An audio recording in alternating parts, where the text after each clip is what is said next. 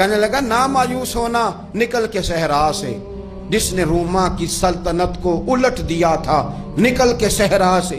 گرمی دیکھو اس شیر کی، ولولہ دیکھو اس مرد کا جو مصور پاکستان ہے، نکل کے صحرا سے جس نے روما کی سلطنت کو الٹ دیا تھا، سنا ہے میں نے یہ قدسیوں سے، وہ شیر پھر ہوشیار ہوگا۔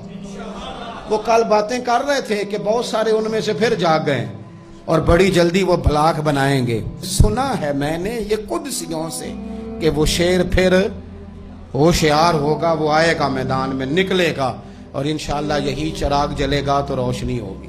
انسان زندگی میں جب جدوجہد کرتا ہے، کوشش کرتا ہے، وہ بہت سارے دنیاوی اسباب اختیار کرتا ہے، جتنی عقل اللہ نے دی ہوتی ہے اس عقل کا بھی وہ استعمال کرتا ہے، کوشش کرتا ہے کہ کچھ اچیو کر سکے زندگی میں، کچھ مقاصد کا حصول اسے میسر آئے۔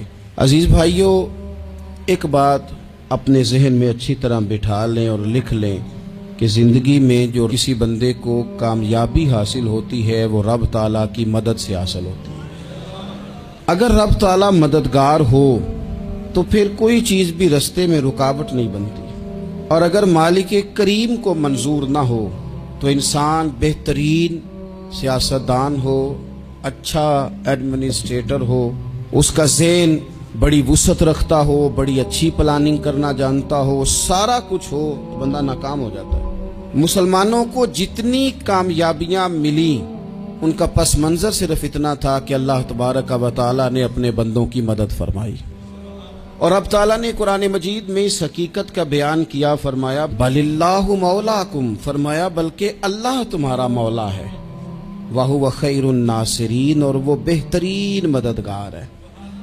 وہ جو رب تمہارا مولا ہے وہ بہترین مددگار ہے، اور اگر وہ مدد کرے تمہاری، سورہ آل عمران میں آگے جا کے ارشاد فرمایا اگر اللہ مدد کرے تو پھر تم پر کوئی غالب نہیں آ سکتا، اور اگر وہ تمہاری مدد چھوڑ دے تو پھر کوئی تمہاری مدد کر سکتا، کوئی مدد نہیں کر سکتا۔ بدر کی جنگ بھی اور فتح مکہ بھی رمضان المبارک میں ہوا ہے۔ میں دونوں پر غور کر رہا تھا تو ایک نیا مضمون میرے ذہن میں آنے لگا۔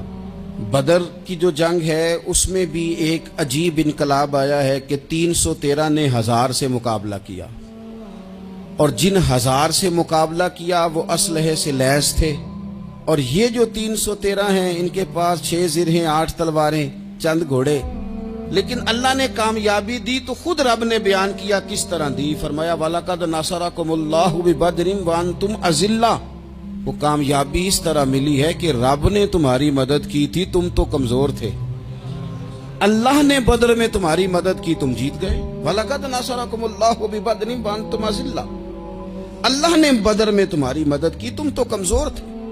پھر فتح مکہ نصیب ہوئی تو اس میں بھی بہترین منصوبہ بندی نبی پاک علیہ السلام نے فرمائی، بہترین حکمت عملی حضور نے اپنائی، لیکن ہمیں جو اللہ رسول نے بات سمجھائی وہ کیا ہے؟ اذا جاء نصر اللہ والفتح، فرمایا جب اللہ کی مدد آئی اور فتح نصیب ہو گئی۔ یہ اللہ نے مدد فرمائی تمہاری، یہاں بھی فتح مکہ بھی اللہ کی مدد سے، جنگ بدر بھی اللہ کی مدد سے۔ وہ جو مدد ہے اللہ تعالیٰ کی، جب وہ ہم یہ کرتے ہیں کہ ہم اپنی ساری زندگی سیاست کی نظر کرتے ہیں، ہماری سیاست صرف ملک میں نہیں ہوتی، ہماری سیاست خاندان میں بھی ہوتی ہے، ہم گھر کے اندر بھی سیاست کرتے ہیں، ہم کسی خاص طریقے سے لوگوں کو اپنے پیچھے چلانا چاہتے ہیں، ہم ایک خاص اسلوب اختیار کرتے ہیں کہ لوگ ہمارے پیچھے چلیں۔ اس کا نقصان ہمیں یہ ہوتا ہے کہ سیاست جو ہوتی ہے یہ شطرنج کے ہیر پھیر کی طرح ہوتی ہے، تو اس کے راز بڑی جلدی کھلنے لگ جاتے ہیں، پتہ چل جاتا ہے کہ بندہ مخلص نہیں تھا، سیاست کر رہا تھا، طریقے سلیقے سے اس نے جوڑ کے رکھا ہوا تھا۔ ہم ہر جگہ سیاست کے بل بوتے پر چیزوں کو لے کے چلنا چاہتے ہیں، سیاستیں ناکام ہو جاتی ہیں، سیانے لوگ فیل ہو جاتے ہیں، بچتا صرف وہی ہے جس کے پیچھے رب تعالیٰ کی مدد شامل حال ہوتی ہے۔ اپنی زندگی کے اندر ہم جو کچھ بھی کر رہے ہیں، جس شعبے سے بھی ہمارا تعلق ہے، آج ہم نے اس بات پہ غور کرنا ہے کہ پہلے تو یہ غور کر لیں کہ جو کام ہم کر رہے ہیں کیا وہ کام ایسا ہے کہ اس میں اللہ کی مدد ہمیں ملے گی؟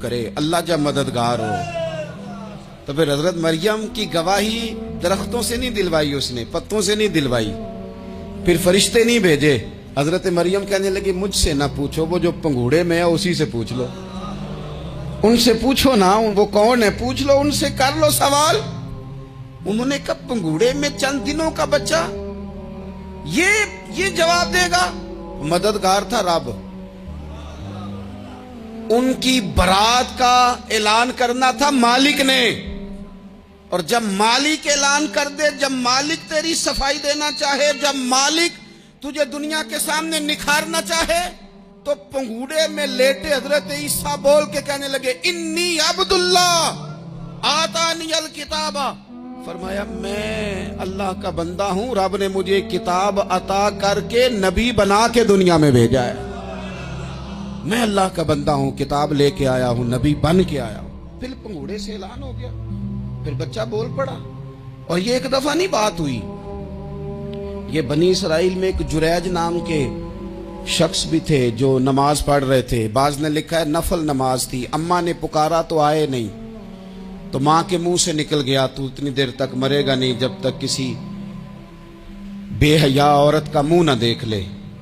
تو وہ عبادت گزار تھے، لیکن لوگوں نے ان کی عبادت، ریاضت، پرہیزگاری کو نہیں دیکھا، بس ایک عورت کو بھیج کے الزام لگوا دیا۔ وہ عورت آیا جایا کرتی تھی، اب آ جاتی ہیں عورتیں، مسئلہ پوچھنے کی نیت سے بھی آ جاتی ہیں۔ ماحول میں کچھ جگہ ایسی بھی ہیں جہاں عورتیں دم کرانے کے بہانے آ جاتی ہیں۔ وہ خاتون آتی جاتی تھی اس خانقاہ پہ، آستانے پہ، یہ بخاری میں موجود ہے، پھر اس نے کہا میری گود میں جو بچہ ہے یہ انہی کا ہے۔ مجھے پتہ ہے کیسے بندہ وضاحت دے، حالات خراب ہو گئے، لوگ کٹیا جلانے لگے، ماحول اور طرح کا بن گیا۔ میرے نبی پاک علیہ الصلوۃ والسلام فرماتے ہیں پھر اس رب کے بندے نے کہا مالک تو کریم ہے، تیری مشیت کا تقاضا آیا جو میری ماں نے جملے بولے تھے، پر اب میں وضاحت دینے کے قابل نہیں رہا، اب تو ہی کرم کرے گا تو دروازہ کھلے گا۔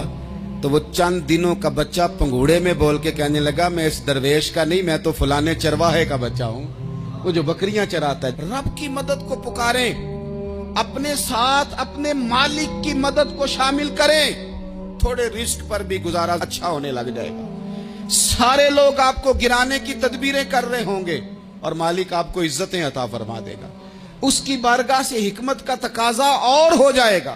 ہم نے ساری زندگی لوگوں کو راضی کرنے میں گزار دی، ساری زندگی بڑھاپا آ گیا بچوں کو پالتے، اور بچوں نے آخری عمر میں کہہ دیا ابا اگر کوئی ڈھب کا کام کر لیتے تو آج ہمارے دن بھی پھر نہ جاتے۔ ساری زندگی گزار دی بہن بھائیوں کو راضی کرنے میں، ساری زندگی گزار دی ذمہ داریاں اٹھانے میں، ان کو 99 دفعہ دیا، ایک دفعہ نہیں دیا تو انہوں نے کہہ دیا تو نے تو کبھی دیا ہی نہیں، تو تھا ہی نہیں۔ ساری زندگی محلے داروں، علاقے والوں کو راضی کرنے میں گزار دی۔ اور میں نے ایسے لوگ بھی دیکھے دین کے لیے وقت گزارا، لیکن جب بڑھاپے میں دانت کام نہ کرتے تھے تو وقت کے مفتیوں کو بھی مسجدوں کی کمیٹیوں نے کہہ دیا اب آپ کی سمجھ نہیں آتی، ہم نے خطیب کو یور رکھنا ہے، نہ دیکھو دنیا کی طرف، دنیا رلا دیتی ہے، نہ راضی کرو بندوں کو، بندے تھکا دیتے ہیں، نہ پیچھے بھاگو ہر وقت دنیا داروں کے، یہ انسان کو کمزور کر دیتے ہیں، وہ تو کریم ہی بڑا ہے، 2 آنسو زمین پر بعد میں گرتے ہیں، بندے کے گناہ سارے پہلے معاف فرما دیتا ہے۔ اللہ کی مدد کا حصول، اپنے مالک کی مدد کی طرف بڑھنا، آپ کو بدر کی جنگ بھی یہی درس دے گی، آپ کو احد کا میدان بھی یہی سبق دے گا، فتح مکہ بھی یہی سبق دے گا۔ میرے دوستو جب رب مدد فرمائے، جب اللہ مددگار بنے، دوستوں سے ایک بات اکثر کرتا ہوں، میں کہتا ہوں کہ جتنے درد سے آپ امیر کو اپنی کہانی سناتے ہیں نا، اور جس طرح آپ کے آنسو بات کرنے سے پہلے گر جاتے ہیں کہ غریب ہیں، بچیاں ہیں، کاروبار نہیں، او میرے سنگیو، اس سے آدھے آنسو اپنے رب کی بارگاہ میں بکھیرو، اس کے حضور عرض گزار ہو جاؤ، اس سے طلب کرو۔ ایک وقت انسان پر زندگی میں ایسا آتا ہے کہ اسے یوں محسوس ہوتا ہے کہ میرا سایہ بھی ذرا سا پیچھے ہٹ گیا ہے، اسے یوں لگتا ہے کہ میں کسی سہارے پہ ہاتھ ڈالتا ہوں تو وہ بھاگ جاتا ہے مجھ سے،